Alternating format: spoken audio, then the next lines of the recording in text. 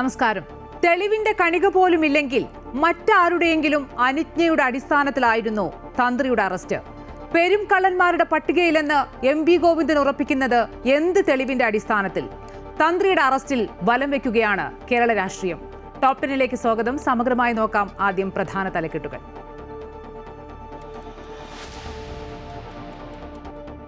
Jammu Kashmir കിഷ്ത്വാറിൽ operation ത്രാഷി തുടരുന്നു. 3 ജെയ്ഷെ മുഹമ്മദ് ഭീകരരെ വധിച്ചു. കൊല്ലപ്പെട്ടവരിൽ ജെയ്ഷെ മുഹമ്മദ് കമാൻഡറായ സൈഫുള്ളയും രാജ്യത്തെ ഭീകരാക്രമണ പദ്ധതിയിട്ട 8 ഭീകരർ പിടിയിലായത് ISI ബന്ധമുള്ളവർ. തമിഴ്നാട്ടിൽ നിന്ന് പിടിയിലായ 6 പേർ തിരുപ്പൂരിലെ വസ്ത്രനിർമ്മാണശാലകളിൽ ജോലി ചെയ്തിരുന്ന ബംഗ്ലാദേശികൾ. 2 പേർ പിടിയിലായത് പശ്ചിമ ബംഗാളിൽ നിന്ന്.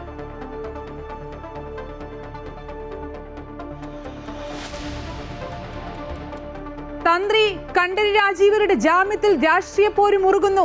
തന്ത്രി പെരുങ്കള്ളന്മാരുടെ പട്ടികയിലെന്ന് എം.വി. ഗോവിന്ദൻ.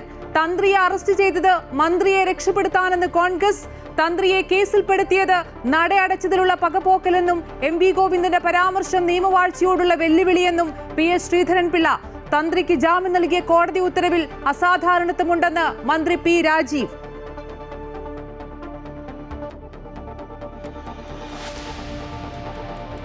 തിരുവനന്തപുരം നെടുമങ്ങാട് പ്രസവത്തിനിടെ കുഞ്ഞു മരിച്ച സംഭവത്തിൽ ഡോക്ടർക്ക് ഗുരുതര വീഴ്ചയെന്ന് റിപ്പോർട്ട്. സിസേറിയൻ ചെയ്യുന്നതിൽ കാലതാമസമുണ്ടായെന്ന് കണ്ടെത്തൽ. ഡോക്ടർ ബിന്ദു സുന്ദറിനെ സസ്പെൻഡ് ചെയ്തതിൽ പ്രതിഷേധിച്ച് മറ്റന്നാൾ തിരുവനന്തപുരം ജില്ലയിലെ മുഴുവൻ സർക്കാർ ആശുപത്രികളിലും OP ബഹിഷ്കരിക്കാൻ KGMOയെ. വണ്ടാനം മെഡിക്കൽ കോളേജിലെ ചികിത്സാ പിഴവിൽ ശസ്ത്രക്രിയ നടത്തിയ ഡോക്ടർ J ഷാഹിദയെയും പ്രതി ചേർക്കും. വണ്ടാനത്തേത് ഒറ്റപ്പെട്ട സംഭവമെന്ന് എം.വി. ഗോവിന്ദൻ.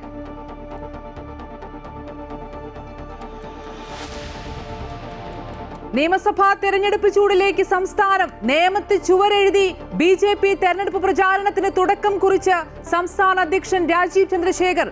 പുതുയുഗയാത്രയ്ക്കിടെ സ്ഥാനാർത്ഥി ചർച്ചകൾ സജീവമാക്കി കോൺഗ്രസ്. സീറ്റ് വിഭജന ചർച്ചകൾ പൂർത്തിയാക്കാൻ നാളെ ഇടതുമുന്നണി യോഗം. TVK അധ്യക്ഷൻ വിജയ് ചെന്നൈയിലെ പെരമ്പൂരിൽ മത്സരിക്കും. പ്രമേയം പാസാക്കി TVK.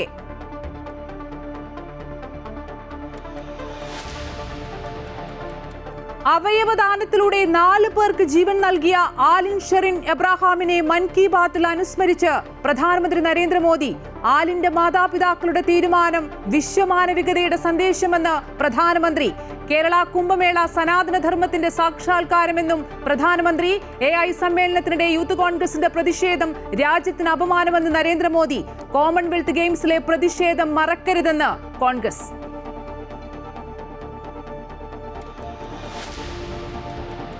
നിക്ഷേപ തട്ടിപ്പിലൂടെ വിവാദത്തിലായ കരുവന്നൂർ ബാങ്കിൽ CPM ഭരണം തുടരും. 10 വർഷത്തിനു ശേഷം നടന്ന തിരഞ്ഞെടുപ്പിൽ മുഴുവൻ സീറ്റിലും ജയം. മത്സരം നടന്നത് CPM-ഉം BJP-യും തമ്മിൽ. കോൺഗ്രസ് ബഹിഷ്കരിച്ചു.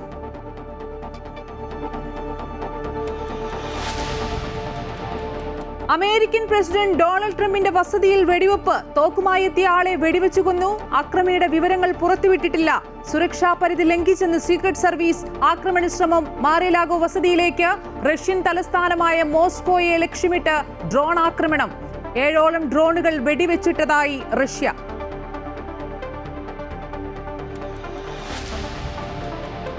T20 ലോകകപ്പ് സൂപ്പർ 8 പോരാട്ടത്തിൽ ദക്ഷിണാഫ്രിക്കയ്ക്കെതിരെ ഇന്ത്യക്ക് 188 റൺസ് വിജയലക്ഷ്യം. ഡേവിഡ് മില്ലറിന് അർദ്ധ സെഞ്ചുറി. മറുപടി ബാറ്റിംഗിൽ ഇന്ത്യക്ക് ബാറ്റിംഗ് തകർച്ച. ISL-ലെ ആദ്യ ഹോം മത്സരത്തിൽ കേരള ബ്ലാസ്റ്റേഴ്സിന് തോൽവി. മുംബൈ സിറ്റിയുടെ ജയം എതിരില്ലാത്ത 1 ഗോളിന്.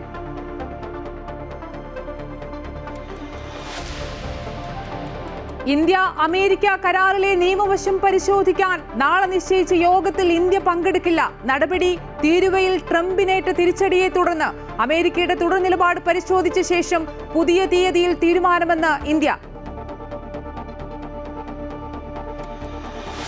Story of the day. വേനലിൽ കുളിരായി അടവി.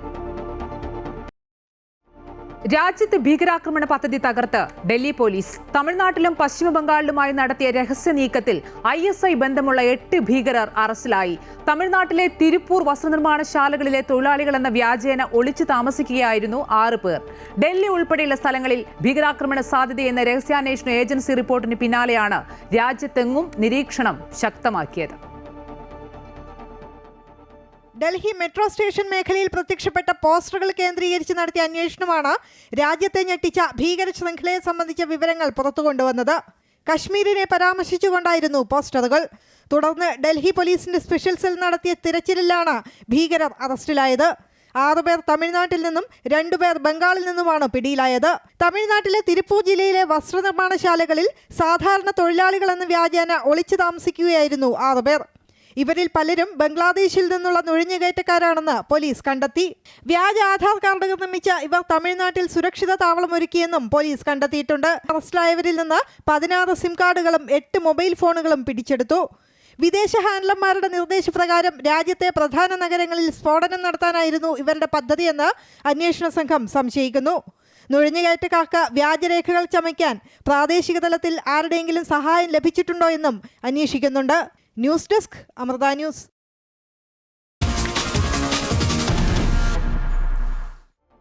ശബരിമല സ്വർണ്ണക്കൊള്ളയിൽ തന്ത്രി കണ്ഠരര് രാജീവരെ അറസ്റ്റ് ചെയ്ത് ജയിലിലാക്കിയത് എന്തിന്? സർക്കാർ SITയെ കരുവാക്കി തന്ത്രിയെ പ്രതികാര ബുദ്ധിയോടെ കുടുക്കിയെന്ന ആരോപണം ശക്തമായിരിക്കുകയാണ്. തന്ത്രി പെരുങ്കള്ളന്മാരുടെ പട്ടികയിലെന്ന MV ഗോവിന്ദന്റെ വിമർശനം സർക്കാരിന്റെ പ്രതികാര നടപടി എന്ന തന്ത്രിയുടെ വാദത്തിനുള്ള മറുപടിയോ? ശബരിമല സ്വർണ്ണക്കൊള്ളയിൽ തന്ത്രിയുടെ അറസ്റ്റും ജാമ്യവും ഈ തെരഞ്ഞെടുപ്പ് വേളയിൽ മറ്റൊരു രാഷ്ട്രീയ വിവാദമായി ചൂടുപിടിക്കുന്നു. മന്ത്രി ഉൾപ്പെടെയുള്ള CPM പ്രമുഖരെ രക്ഷിക്കാൻ തന്ത്രിയെ കുടുക്കിയെന്ന ആരോപണം സർക്കാരിനെതിരെ പ്രചാരണായുധമാക്കുകയാണ് കോൺഗ്രസും BJPയും. അതേസമയം തന്ത്രിയെ തള്ളിപ്പറയുന്ന CPM SIT അന്വേഷണം ശരിയായ ദിശയിലാണെന്ന് വാദിക്കുകയും ചെയ്യുന്നു. തന്ത്രി കണ്ഠരര് രാജീവരെ അറസ്റ്റ് ചെയ്തപ്പോൾ കാണാത്ത പുകിലാണ് ജാമ്യം കിട്ടിയപ്പോൾ ഉണ്ടാകുന്നത്. പത്മകുമാർ ചൂണ്ടിക്കാട്ടിയ ദൈവതുല്യൻ തന്ത്രിയാണെന്നുറപ്പിച്ച് നിശബ്ദത പാലിച്ചിരുന്ന രാഷ്ട്രീയ നേതൃത്വങ്ങൾ പക്ഷേ കൊല്ലം വിജിലൻസ് കോടതിയുടെ പരാമർശങ്ങൾ വന്നപ്പോൾ തന്ത്രിക്ക് വേണ്ടി കളത്തിലിറങ്ങി. ഗൂഢാലോചനയിൽ പങ്കുണ്ടായിരുന്നുവെന്നും എല്ലാം തന്ത്രിയുടെ അറിവോടെയാണെന്നുമുള്ള SIT കണ്ടെത്തൽ കോടതി തള്ളിയതോടെയാണ് തന്ത്രി വിഷയത്തിൽ രാഷ്ട്രീയ പോര് മുറുകിയത്. മന്ത്രിയെ രക്ഷിക്കാൻ തന്ത്രിയെ അറസ്റ്റ് ചെയ്തുവെന്നും പകപോക്കലാണെന്നുമുള്ള ആരോപണങ്ങൾ കോൺഗ്രസ് നേതാക്കൾ കടുപ്പിക്കുന്നു. അവിടുത്തെ മുഖ്യതന്ത്രി രാജീവരെ അറസ്റ്റ് ചെയ്ത സംഭവം സത്യത്തിൽ ഇന്ന് അന്വേഷണ ഏജൻസിയുടെ വിശ്വാസ്യതയെ മുഴുവൻ തകർക്കുന്ന രീതിയിലായിരിക്കുകയാണ്. മതിയായ തെളിവുകളില്ലാതെ അദ്ദേഹത്തെ പോലെ ഒരാളെ അറസ്റ്റ് ചെയ്ത് തടങ്കിലാക്കുന്നത് എന്തിൻ്റെ അടിസ്ഥാനത്തിലാണെന്ന് മനസ്സിലാകുന്നില്ല. മന്ത്രിയെ രക്ഷിക്കാൻ വേണ്ടിയിട്ടാണോ തന്ത്രിയെ അകത്താക്കിയത് എന്ന് ഞങ്ങളും പറഞ്ഞിരുന്നു. ശബരിമല സ്വർണ്ണക്കൊള്ളയുടെ യഥാർത്ഥ പ്രതികളിലേക്ക് അന്വേഷണം കൊണ്ടുപോകാനോ അവരെ അറസ്റ്റ് ചെയ്യാനോ മുതിരാതെ പ്രത്യേക അന്വേഷണ സംഘം ഒരു തെളിവുമില്ലാതെ ശബരിമല തന്ത്രിയെ അറസ്റ്റ് ചെയ്ത് 41 ദിവസം ജയിലിൽ കിടത്തുകയും ചെയ്ത സംഭവം തികച്ചും സംശയാസ്പദമാണ്.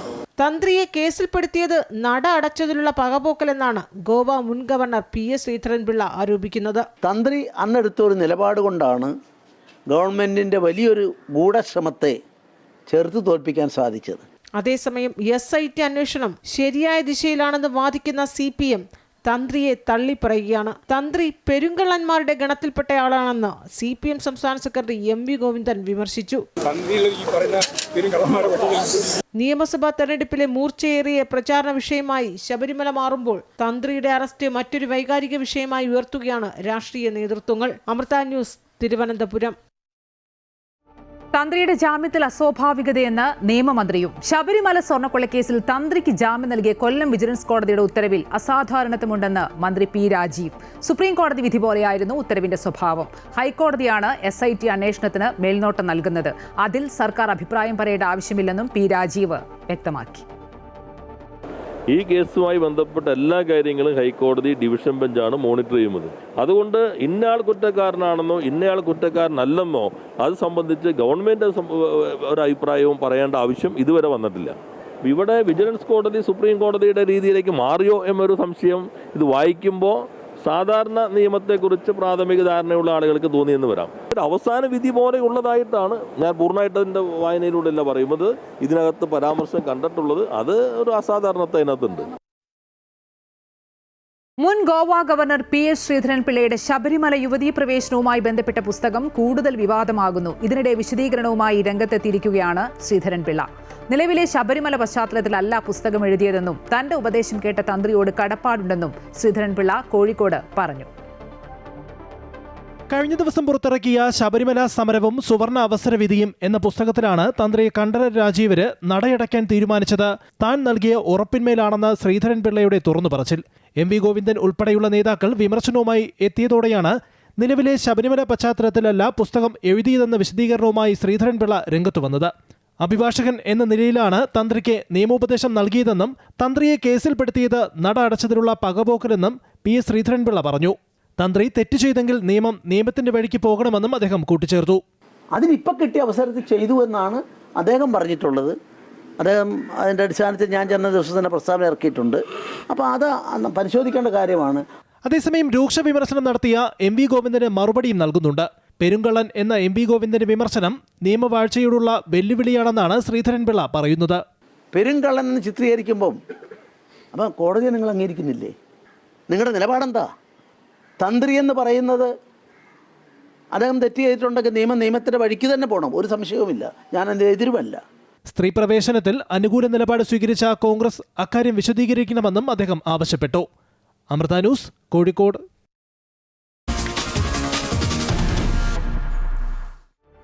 സംസ്ഥാനത്തെ ആരോഗ്യമേഖലയിൽ പിഴവുകൾ തുടർക്കഥയാകുകയാണ്. പ്രസവത്തിനിടെ നവജാത ശിശു മരിച്ച സംഭവത്തിൽ നെടുമങ്ങാട് ജില്ലാ ആശുപത്രിയിലെ ഡോക്ടർ ബിന്ദു സുന്ദരന് ഗുരുതര വീഴ്ച പറ്റിയെന്ന് അന്വേഷണ റിപ്പോർട്ട്. സിസേറിയൻ ചെയ്യുന്നതിൽ കാലതാമസമുണ്ടായി എന്നാണ് കണ്ടെത്തൽ. നേരത്തെ തീരുമാനമെടുക്കാമായിരുന്നുവെന്നും അന്വേഷണ സമിതി കണ്ടെത്തി. അതേസമയം ഡോക്ടറെ സസ്പെൻഡ് ചെയ്ത നടപടിയിൽ പ്രതിഷേധം ശക്തമാക്കി KGMOA. മറ്റന്നാൾ തിരുവനന്തപുരം ജില്ലയിൽ OP ബഹിഷ്കരിച്ച് പ്രതിഷേധിക്കും. ആറ്റുകാൽ ഡ്യൂട്ടിയും ബഹിഷ്കരിക്കുമെന്ന് സംഘടന അറിയിച്ചു. ചൊവ്വാഴ്ചയാണ് പാലോട് സ്വദേശി നിരഞ്ജന കൃഷ്ണന്റെ കുഞ്ഞ് പ്രസവത്തിനിടെ മരിച്ചത്. ചികിത്സാ പിഴവാണെന്ന് ചൂണ്ടിക്കാട്ടിയുള്ള കുഞ്ഞിന്റെ മാതാപിതാക്കളുടെ പരാതിക്കും പ്രതിഷേധത്തിനും ഒടുവിലാണ് ഡോക്ടർ ബിന്ദു സുന്ദരനെ സസ്പെൻഡ് ചെയ്തത്. ഡോക്ടർ 10,000 രൂപ കൈക്കൂലി വാങ്ങിയെന്ന് കുഞ്ഞിന്റെ പിതാവ് മൊഴി നൽകുകയും ചെയ്തിരുന്നു.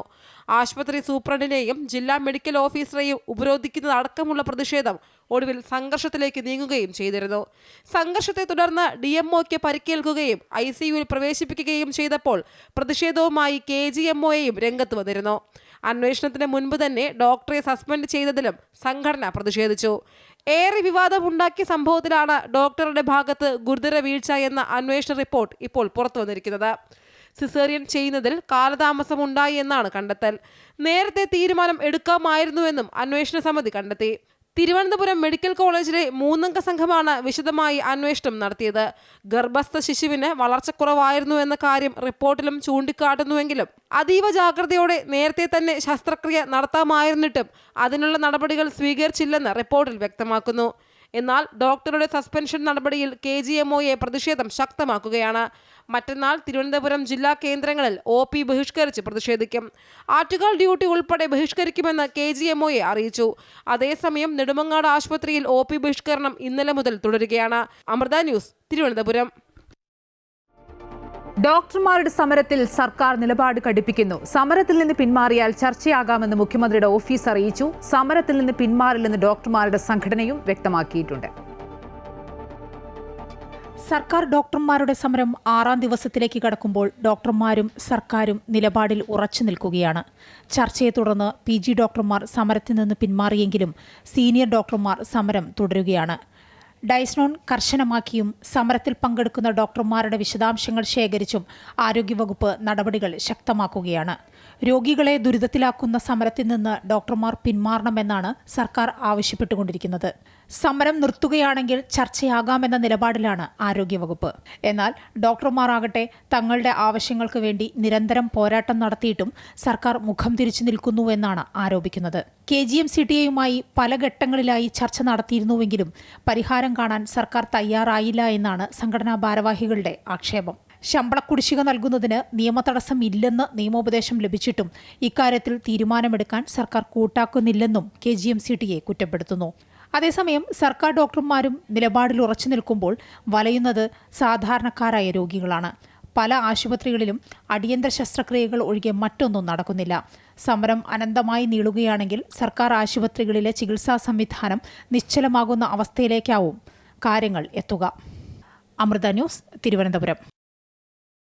ആരോഗ്യമേഖലയിൽ അടിക്കടിയുണ്ടാകുന്ന വീഴ്ചകൾ ഒറ്റപ്പെട്ട സംഭവമെന്നാണ് CPM-ന്റെ വാദം. വയറ്റിൽ കത്രിക കുടുങ്ങിയ സംഭവത്തിൽ പ്രതികരണവുമായി CPM സംസ്ഥാന സെക്രട്ടറി MV ഗോവിന്ദൻ ആരോഗ്യമേഖലയിലെ ഒറ്റപ്പെട്ട സംഭവത്തെ പർവ്വതീകരിക്കുന്നുവെന്ന് MV ഗോവിന്ദൻ. ലക്ഷക്കണക്കിന് ഓപ്പറേഷനുകൾ കേരളത്തിൽ നടക്കുന്നുണ്ട്. വീഴ്ച വരുത്തിയവർക്കെതിരെ നടപടി സ്വീകരിച്ചിട്ടുണ്ട്. ഡോക്ടർ പറഞ്ഞതിനൊപ്പമല്ല സർക്കാരെന്നും അദ്ദേഹം പറഞ്ഞു. ഞാൻ പറഞ്ഞത് ഇങ്ങനെയാണ്, ഒരു തരത്തിലുള്ള ഒറ്റപ്പെട്ട സംഭവം ഈ ഉണ്ടാവാതിരിക്കുന്നതിനുള്ള മുൻകരുതലോടുകൂടി നമ്മൾ ഓരോ ഡിപ്പാർട്ട്മെൻറ്റും മുന്നോട്ടേക്കുന്നത്. പക്ഷേ ഇത് കുറേ കൂടി സെൻസിറ്റീവായിട്ടുള്ള മേഖലയാണ് ആരോഗ്യമേഖല. അപ്പോൾ ആരോഗ്യമേഖല നല്ല ശ്രദ്ധയോടുകൂടിയാണ് മുന്നോട്ടേക്ക് പോകുന്നത്. എന്നാലും ഇങ്ങനെയുള്ള ചില സംഭവങ്ങൾ അപൂർവമായിട്ടുണ്ടാകുന്നുണ്ട്. അപൂർവമായിട്ടുണ്ടാകുന്നത് ഒഴിവാക്കാൻ ആവശ്യമായ മുൻകരുതലോടുകൂടി മുന്നോട്ടേക്ക് പോകും എന്ന് തന്നെയാണ് ഗവൺമെൻറ് തീരുമാനിച്ചത്. മന്ത്രിയും അത് തന്നെയാണ് പറഞ്ഞത്. ഉത്തരവാദിത്തപ്പെട്ട ഡോക്ടർ പറഞ്ഞ ശ്രദ്ധപ്പെട്ടു. വണ്ടാനം മെഡിക്കൽ കോളേജിലെ ചികിത്സാ പിഴവ് ഒറ്റപ്പെട്ട സംഭവമെന്ന CPM സംസ്ഥാന സെക്രട്ടറിയുടെ പ്രതികരണത്തിനെതിരെ KC വേണുഗോപാൽ പിഴവുകൾ ചൂണ്ടിക്കാട്ടുന്നവരെ ശത്രുപക്ഷത്താക്കുന്നു. എന്ത് ചെയ്താലും ആരും ചോദിക്കാനില്ലെന്ന മനോഭാവമാണ് സർക്കാരിനെന്നും അദ്ദേഹം വ്യക്തമാക്കി. ഒരു സംഭവം ഉണ്ടായാൽ ആ സംഭവത്തിൻ്റെ കാരണം കണ്ടുപിടിച്ച് കുറ്റക്കാരെ കണ്ടുപിടിച്ച് നടപടിയെടുത്ത് എഫക്റ്റഡായ ആൾക്ക് എല്ലാ ആശ്വാസവും കൊടുക്കാനുള്ള നടപടി സ്വീകരിക്കുന്നതിന് പകരം ഈ സംഭവത്തെ ഉയർത്തി കാണിക്കുന്നവരെ മുഴുവൻ ശത്രുപക്ഷത്ത് നിർത്തി അവരെന്തോ ഗൂഢാലോചന നടത്തി കേരളത്തെ അട്ടിമറിക്കാൻ ഇറങ്ങിയിരിക്കുകയാണ് എന്ന് പറയുന്ന ഈ സ്വഭാവം ഉണ്ടല്ലോ.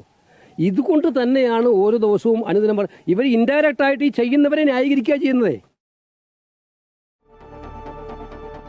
ആരോഗ്യമന്ത്രി വീണ ജോർജിന് പിന്തുണയുമായി മന്ത്രി സജി ചെറിയാൻ. ഇത്രയും വേട്ടയാടപ്പെടുന്ന മന്ത്രി വേറെയില്ല. സ്ത്രീയാണെന്ന സാമാന്യ പരിഗണന പോലും നൽകുന്നില്ല.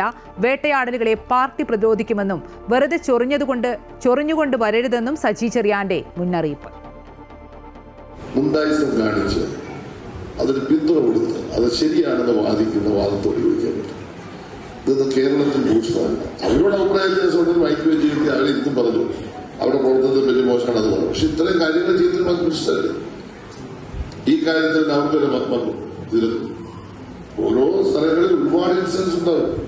ഇപ്പൊ ഞാൻ കൈകാര്യം ചെയ്ത ഫിഷറീസ് വകുപ്പ് എത്ര പേരെ കേരളത്തിൽ കോട്ടവളത്തിൽ വരുന്നു. അപ്പൊ ഞാൻ രാവിലെ എഴുന്നേറ്റ് എന്നെ തന്നെ തുള്ളിത്തൊന്നും വരും. എത്ര പേരാണ് വള്ളത്തിൽ കൂടി അവിടത്തിൽ കൂടി സ്വാഭാവികം നമ്മൾ അവർക്ക് സഹായം ചെയ്യും. വിമർശനവും പ്രതിഷേധവും ഒക്കെ ശക്തമായതോടെ വണ്ടാനം മെഡിക്കൽ കോളേജിലെ ചികിത്സാ പിഴവിൽ ശസ്ത്രക്രിയ നടത്തിയ ഡോക്ടർ ജെ ഷാഹിദയെയും ഹെഡ് നഴ്സ് PS ധന്യയെയും കേസിൽ പ്രതി ചേർക്കും. ഉഷയുടെ ചികിത്സാരേഖകളും അന്വേഷണ സംഘം പരിശോധിച്ചു. അന്വേഷണത്തിന് മെഡിക്കൽ ബോർഡ് രൂപീകരിക്കാൻ DMOയ്ക്ക് കത്ത് നൽകാനുള്ള ഒരുക്കത്തിലാണ് അന്വേഷണ സംഘം. അന്വേഷണത്തിന്റെ ഭാഗമായി ഉഷ ജോസഫിന്റെ ചികിത്സാരേഖകൾ പോലീസ് ശേഖരിച്ചിരുന്നു. ഇതിൽ നിന്നും ശസ്ത്രക്രിയ നടത്തിയ സംഘത്തിലുണ്ടായിരുന്നത് 9 പേരാണെന്ന് പോലീസ് കണ്ടെത്തിയിട്ടുണ്ട്. ഇവരുടെ മൊഴി രേഖപ്പെടുത്താനുള്ള ഒരുക്കത്തിലാണ് പോലീസ്. ശസ്ത്രക്രിയയ്ക്ക് നേതൃത്വം നൽകിയ ഡോക്ടർ ജെ ഷാഹിദയെയും ഹെഡ് നഴ്സ് PS ധന്യയെയും കേസിൽ പ്രതി ചേർക്കും. അതേസമയം അന്വേഷണ സമിതി സമർപ്പിച്ച റിപ്പോർട്ടിൽ ശസ്ത്രക്രിയ നടത്തിയ ഡോക്ടർക്ക് വീഴ്ച സംഭവിച്ചിട്ടില്ല എന്നാണ് രേഖപ്പെടുത്തിയിരിക്കുന്നത്.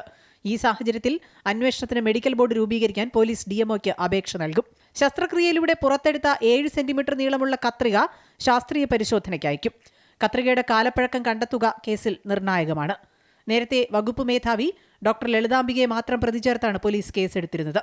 ഈ ശസ്ത്രക്രിയയിൽ ഡോക്ടർ ലളിതാംബിക നേരിട്ട് പങ്കെടുത്തിട്ടില്ല എന്നാണ് ആരോഗ്യവകുപ്പും ആശുപത്രി അധികൃതരും തുടക്കം മുതൽ നൽകുന്ന വിശദീകരണം. ശസ്ത്രക്രിയ ചെയ്ത ഡോക്ടർ, അന്നത്തെ ആശുപത്രി സൂപ്രണ്ട്, പ്രിൻസിപ്പൽ എന്നിവരെ ഒന്നും പ്രതി ചേർക്കാതെ വകുപ്പ് മേധാവിയെ മാത്രം പ്രതിയാക്കിയത് വിചിത്രമായ നടപടിയാണെന്ന് വിമർശനം ഉയർന്നിരുന്നു. ഇതിനു പിന്നാലെയാണ് കേസിൽ കൂടുതൽ പേരെ പോലീസ് പ്രതി ചേർത്തത്. അതേസമയം ഉഷയുടെ ആരോഗ്യനില നിലവിൽ തൃപ്തികരമാണ്. ഉഷ അമൃത ആശുപത്രിയിൽ നിരീക്ഷണത്തിൽ തുടരുകയാണ്. അമൃത ന്യൂസ്, ആലപ്പുഴ.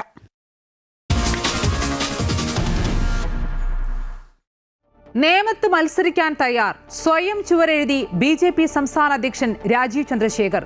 കേരളത്തിലെ നിയമസഭാ തെരഞ്ഞെടുപ്പ് പ്രചാരണത്തിന് തുടക്കമിട്ട് BJP. നേമം മണ്ഡലത്തിൽ സംസ്ഥാന അധ്യക്ഷൻ രാജീവ് ചന്ദ്രശേഖറാണ് പ്രചാരണത്തിന് തുടക്കമിട്ടത്. ചുവരിൽ നമുക്ക് വേണം വികസിത നിയമം എന്നെഴുതിക്കൊണ്ടാണ് രാജീവ് ചന്ദ്രശേഖർ തെരഞ്ഞെടുപ്പ് പ്രചാരണം ആരംഭിച്ചത്. സംസ്ഥാനം നിയമസഭാ തെരഞ്ഞെടുപ്പ് ചൂടിലേക്ക് അടുക്കുന്നതിന് മുൻപ് തന്നെ തിരഞ്ഞെടുപ്പ് പ്രചരണത്തിലേക്ക് കടന്നിരിക്കുകയാണ് BJP. പ്രവർത്തകർക്കും ആവേശമായി BJP സംസ്ഥാന അധ്യക്ഷൻ രാജീവ് ചന്ദ്രശേഖർ തന്നെ ചുവരെഴുതിക്കൊണ്ട് തിരഞ്ഞെടുപ്പ് പ്രചരണങ്ങൾക്ക് തുടക്കം കുറിച്ചു. നമുക്ക് വേണം വികസിത നിയമം എന്ന ചുവരിലെഴുതി അദ്ദേഹം പ്രചരണങ്ങൾക്ക് തുടക്കമിട്ടു. എന്നാൽ സ്ഥാനാർത്ഥിയുടെ പേര് എഴുതിയിട്ടില്ല. നിയമത്തിന്റെ മാറ്റത്തിന്റെ തുടക്കമാണിതെന്ന് രാജീവ് ചന്ദ്രശേഖർ പറഞ്ഞു. നേമത്ത് മത്സരിക്കാനാണ് ആഗ്രഹം. പാർട്ടി ദേശീയ ഘടകം അത് തീരുമാനിക്കട്ടെ എന്നും രാജീവ് ചന്ദ്രശേഖർ നിലപാട് വ്യക്തമാക്കി. കഴിഞ്ഞ ദിവസമാണ് BJP തിരഞ്ഞെടുപ്പ് കമ്മിറ്റി ഓഫീസിന്റെ ഉദ്ഘാടനം നടന്നത്. മറ്റു 3 മുന്നണികൾക്ക് ഒരു മുഴം മുമ്പേ തന്നെ NDA തങ്ങളുടെ പ്രവർത്തനങ്ങൾ ആരംഭിച്ചു കഴിഞ്ഞു. അമൃത ന്യൂസ്, തിരുവനന്തപുരം. എന്തായാലും കേരളത്തിൽ നിയമസഭാ ചരിത്രത്തിൽ ആദ്യമായി BJP അക്കൗണ്ട് തുറന്ന മണ്ഡലമാണ് നേമം. കഴിഞ്ഞ ഡിസംബറിലാണ് നേമത്ത് മത്സരിക്കുമെന്ന് BJPയുടെ സംസ്ഥാന അധ്യക്ഷൻ രാജീവ് ചന്ദ്രശേഖർ പരസ്യമായി പ്രഖ്യാപിച്ചത്. സംഘടനാ രീതികൾക്ക് വിരുദ്ധമായാണ് സംസ്ഥാന അധ്യക്ഷന്റെ സ്വയം പ്രഖ്യാപനം എന്നുള്ളതും ഇന്ന് ശ്രദ്ധേയമായി.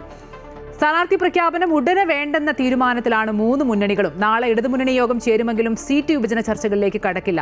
പ്രകടന പത്രിക തയ്യാറാക്കുന്നതിനുള്ള സബ് കമ്മിറ്റിയെ തീരുമാനിക്കും. പ്രതിപക്ഷ നേതാവിന്റെ യാത്ര പൂർത്തിയായതിനു ശേഷം മാർച്ച് ആദ്യവാരത്തിൽ 1ാം ഘട്ട സ്ഥാനാർത്ഥിയെ പ്രഖ്യാപിച്ചാൽ മതിയെന്നാണ് കോൺഗ്രസിന്റെ തീരുമാനം. അതേസമയം UDF-നുള്ളിൽ ഉഭയകക്ഷി ചർച്ചകൾ നാളെ മുതൽ പുനരാരംഭിക്കും. വിവരങ്ങളുമായി അൻഫിലിറ്റ് ഡിസൂസ ചേരുന്നു. അൻഫിലിറ്റ്, ഈ മാർച്ച് ആദ്യവാരം തെരഞ്ഞെടുപ്പ് വിജ്ഞാപനം ഉണ്ടാകുമെന്നാണ് മനസ്സിലാക്കിയിരുന്നത്. പക്ഷേ ഈ വോട്ടെടുപ്പൊക്കെ ഏപ്രിൽ അവസാന ഘട്ടത്തിലേക്ക് വരുമെന്നാണ് കണക്കുകൂട്ടലുകൾ. ആ 3 മുന്നണികളുടെ മുന്നിലും സീറ്റ് വിഭജനം, അതുപോലെ തന്നെ സ്ഥാനാർത്ഥി നിർണയം, പ്രകടന പത്രിക, അങ്ങനെ ഒട്ടേറെ കടമ്പകളൊക്കെയുണ്ട്.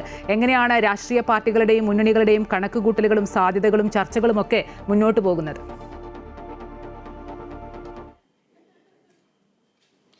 അമ്പിളി, അത് തന്നെയാണ് ഈ സ്ഥാനാർത്ഥി നിർണ്ണയമൊക്കെ നേരത്തെ തന്നെ തുടങ്ങിയെങ്കിലും പക്ഷേ ഔദ്യോഗികമായ പ്രഖ്യാപനം വൈകിയും മതി എന്ന രീതിയിലാണ് 3 മുന്നണികളും തീരുമാനത്തിലെത്തിയിരിക്കുന്നത്. കാരണം തെരഞ്ഞെടുപ്പ് വൈകും.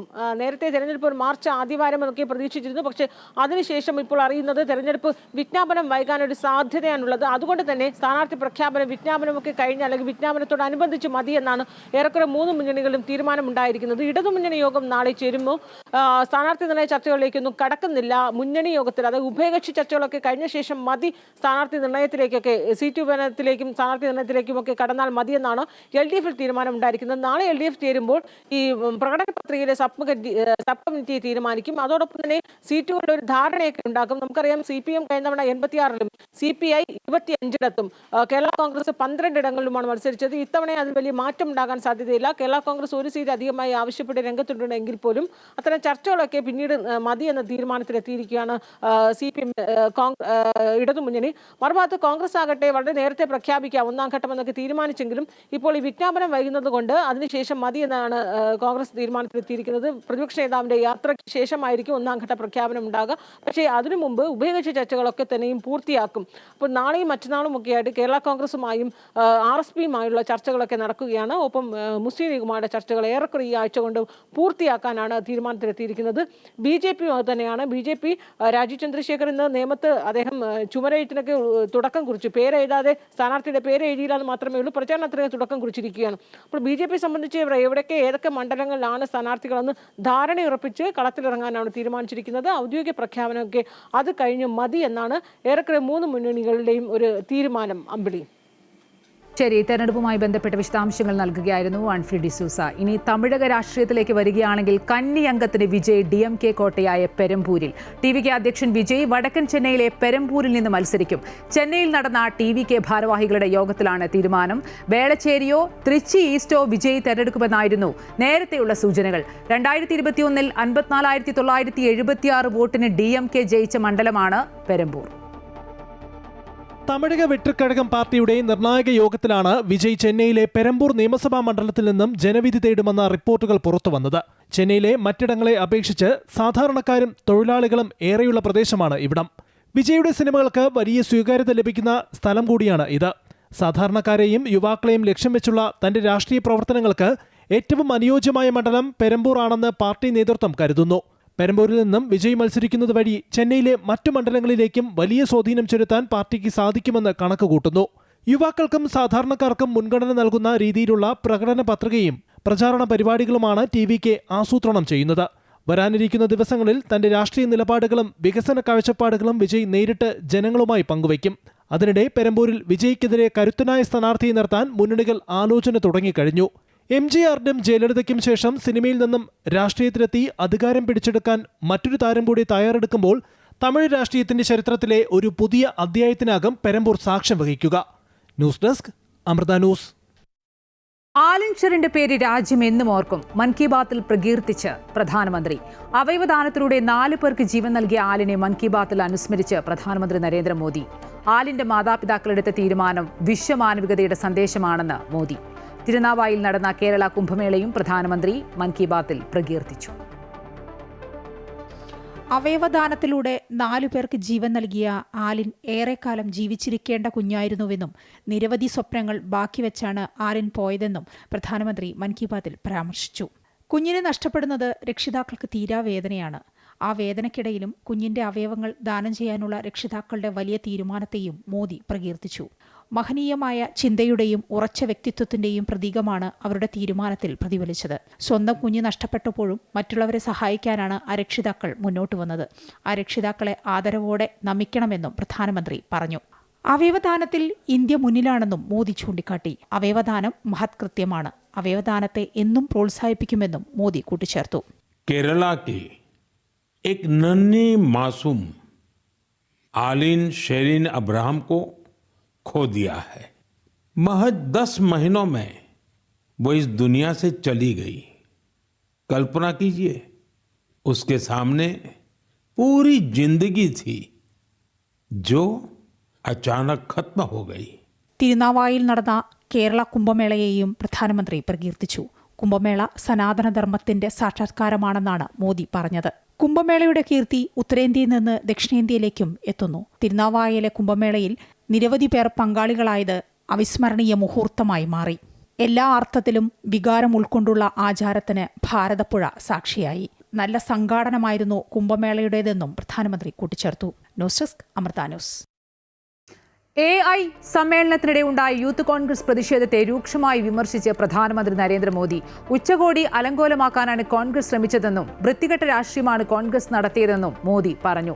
ലോക നേതാക്കൾക്ക് മുന്നിൽ ഷർട്ടൂരിക്കൊണ്ട് ഇന്ത്യയെ കോൺഗ്രസ് നാണം കെടുത്തി. ലോകം അംഗീകരിച്ച പരിപാടിയെ കോൺഗ്രസ് ഇകഴ്ത്തിയെന്നും പ്രധാനമന്ത്രി വിമർശിച്ചു. ചില രാഷ്ട്രീയ പാർട്ടികൾക്ക് രാജ്യത്തിന്റെ വിജയം അംഗീകരിക്കാൻ കഴിയുന്നില്ലെന്നും അദ്ദേഹം വ്യക്തമാക്കി.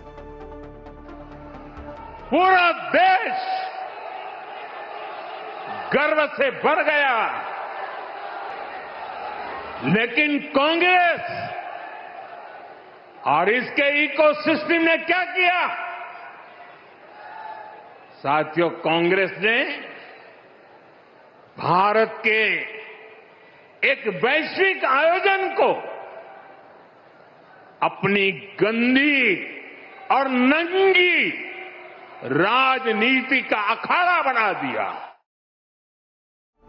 എന്നാൽ AI കോൺക്ലേവ് യൂത്ത് കോൺഗ്രസ് പ്രതിഷേധത്തിൽ പ്രതികരണവുമായി AICC general secretary KC Venugopal പണ്ട് കോമൺവെൽത്ത് വേദിയിലുണ്ടായതും രാജ്യത്തെ അപമാനിക്കലല്ലേ എന്ന് അദ്ദേഹം ചോദിച്ചു. രാജ്യത്തെ അമേരിക്കയ്ക്ക് അടിയറവ് വെച്ചു. ഭീകരവാദികളെ പോലെയാണ് കുട്ടികളോട് പെരുമാറുന്നത്. കുട്ടികളെ ജയിലിൽ അടച്ച് ഭക്ഷണമൊന്നും നൽകുന്നില്ലെന്നും KC വേണുഗോപാൽ പറഞ്ഞു. അത് ഇവിടെ മാത്രമല്ല, ലോകവേദികളിൽ നമ്മൾ കണ്ടുകൊണ്ടിരിക്കുന്നു. 20 കൊല്ലം മുമ്പ് എടുത്താലും കോമൺവെൽത്ത് വേദിയിലുണ്ടാകുന്നതായിട്ട് അത് ഇൻ്റർനാഷണൽ ഇവൻ്റ് അല്ലായിരുന്നോ? കോമൺവെൽത്ത് വേദി അന്ന് കാട്ടിക്കൂട്ടിയത് എന്തൊക്കെയായിരുന്നു? ആരും ഒന്നും പറഞ്ഞില്ലല്ലോ. ഈ രാജ്യത്തിന് സറണ്ടർ ചെയ്തിരിക്കുകയാണ് അമേരിക്ക മുന്നിൽ. നിങ്ങൾ ഏതെങ്കിലും മാധ്യമങ്ങൾ ഗൗരവമായിട്ട് എടുത്തിട്ടുണ്ടോ? അത് ഇന്ത്യയിലെ ഓരോ സാധാരണക്കാരെയും ബാധിക്കുന്ന ഏറ്റവും ഗുരുതരമായിട്ടുള്ള പ്രശ്നമല്ലേ അത്? വിവാദങ്ങൾക്കിടയിലും കരുവന്നൂർ ബാങ്ക് CPM-ന് തന്നെ. തൃശൂർ കരുവന്നൂർ സഹകരണ ബാങ്ക് തെരഞ്ഞെടുപ്പിൽ മുഴുവൻ സീറ്റിലും LDF-ന് ജയം.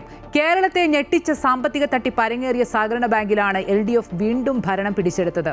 സാമ്പത്തിക തട്ടിപ്പ് കണ്ടെത്തിയതിനു ശേഷം അഡ്മിനിസ്ട്രേറ്റീവ് ഭരണത്തിന് ഏർപ്പെടുത്തിയ 10 വർഷങ്ങൾക്ക് ശേഷമാണ് CPM വീണ്ടും അധികാരത്തിലെത്തുന്നത്. CPM-ഉം BJP-യുമാണ് നേർക്കുനേർ മത്സരിച്ചത്.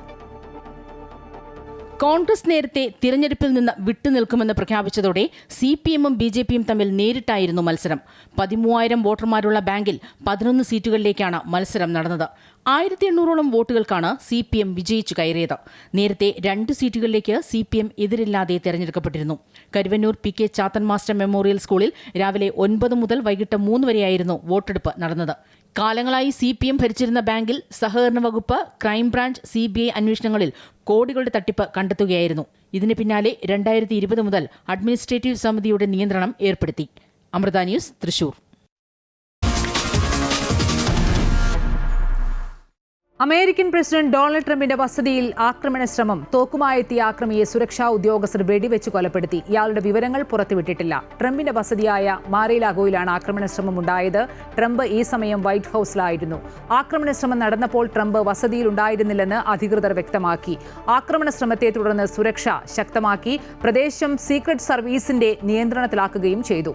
നേരത്തെയും ട്രംപിന് നേരെ വധശ്രമങ്ങൾ ഉണ്ടായിട്ടുള്ള പശ്ചാത്തലത്തിൽ അതീവ ഗൗരവത്തോടെയാണ് അമേരിക്കൻ സുരക്ഷാ ഏജൻസികൾ ഈ സംഭവത്തെ കാണുന്നത്.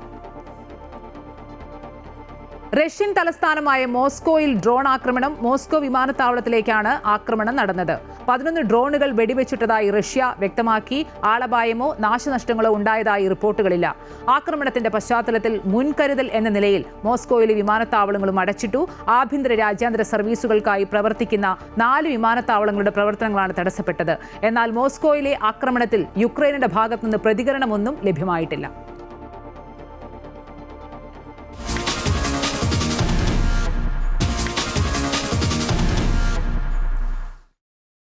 ഹോം ഗ്രൗണ്ടിലും രക്ഷയില്ലാതെ ബ്ലാസ്റ്റേഴ്സ്. മുംബൈ സിറ്റിക്കെതിരെ 1 ഗോളിന് പരാജയം. മുംബൈ താരം ലാലിയൻസുവാല ചാങ്തെയാണ് കേരളത്തിനെതിരെ ഗോൾ നേടിയത്. വിവരങ്ങളുമായി കിരൺ കുമാർ ചേരുന്നുണ്ട്. കിരൺ, ബ്ലാസ്റ്റേഴ്സിന്റെ ഹോം ഗ്രൗണ്ടിലും തോൽവിയാണ്, രണ്ടാമത്തെ തോൽവിയാണ്. എങ്ങനെ കൊച്ചിയിലെ മത്സരത്തെ കാണാം? ഹോം ഗ്രൗണ്ടിലെ മത്സരവും ബ്ലാസ്റ്റേഴ്സിന് നിരാശയായിരുന്നു. രണ്ടാം പകുതിയിൽ 47ാമത്തെ മിനിറ്റിലും മുംബൈ താരം ചാങ്തെയുടെ ഗോളോടുകൂടിയാണ് ബ്ലാസ്റ്റേഴ്സിന് 0-1 എന്ന ഗോൾ നിലയിലേക്ക് എത്തുന്ന ഒരു സാഹചര്യം ഉണ്ടായിരുന്നത്. ബ്ലാസ്റ്റേഴ്സിനെതിരായിട്ട് 1 ഗോൾ നേടിക്കൊണ്ട് മുംബൈ സിറ്റിയാണ് ഇന്നത്തെ കളി നേടിയിരിക്കുന്നത്. ഏതായാലും ആരാധകരെ സംബന്ധിച്ച് വലിയൊരു നിരാശ തന്നെയാണ് ബ്ലാസ്റ്റേഴ്സിൻ്റെ ഈ ഹോം ഗ്രൗണ്ടിലെ മത്സരത്തിൽ സംഭവിച്ചിരിക്കുന്നത്. ചേട്ടാ, എങ്ങനെയായിരുന്നു കളി കണ്ട സാഹചര്യത്തിൽ കളി എന്തായിരുന്നു ഒരു അവസ്ഥ? കൊച്ചുമോനെ വേണ്ടി വന്നതാണ്. ആദ്യത്തെ ഒരു ഇതില്ലേ, അടുത്ത സീസണല്ലേ, ആകെ ഷോകാർന്ന് പ്രതീക്ഷ ആ ഒരു രീതിയിൽ നമ്മള് അടുത്ത കളി വരട്ടെ. അടുത്ത ഹോം മാച്ച് 28-ാം തീയതി നമ്മള് പൊളിക്കും, തിരിച്ചു പിടിക്കുമെന്നുള്ളൊരു കംബാക്ക് അടിക്കും. അത്ര ആ പ്രതീക്ഷ ഉണ്ട് നമ്മളെ കേരള ബ്ലാസ്റ്റേഴ്സിന്റെ ഫാൻസിന്റെ ഉള്ളിൽ. അത്രേ ഉള്ളൂ പറയാൻ. ഓക്കെ, ഏതായാലും ബ്ലാസ്റ്റേഴ്സിൻ്റെ ആരാധകർ പറയുന്നത് പോലെ ഒരു കംബാക്ക് ഒക്കെ പ്രതീക്ഷിക്കുന്നുണ്ട്. പക്ഷേ ഈ മത്സരം തുടങ്ങി ഇതിപ്പോൾ രണ്ടാമത്തെ മത്സരമാണ്. ഈ രണ്ടാം മത്സരത്തിലും വലിയൊരു പ്രതീക്ഷയില്ലാത്തൊരു സാഹചര്യം തന്നെയായിരുന്നു ബ്ലാസ്റ്റേഴ്സിനെ സംബന്ധിച്ചുണ്ടായിരുന്നത്. കഴിഞ്ഞ കളിയിൽ മോഹൻ ബഗാനുമായി തോൽക്കുന്നത്, പിന്നീട് ഹോം ഗ്രൗണ്ടിലെ മത്സരം, ഈ മത്സരത്തിൽ മുംബൈ സിറ്റിയുമായിട്ട് തോൽക്കുന്ന ഒരു സാഹചര്യം. ഏതായാലും നിരാശകരമായിട്ടുള്ള ഒരു തോൽവി തന്നെയായിരുന്നു.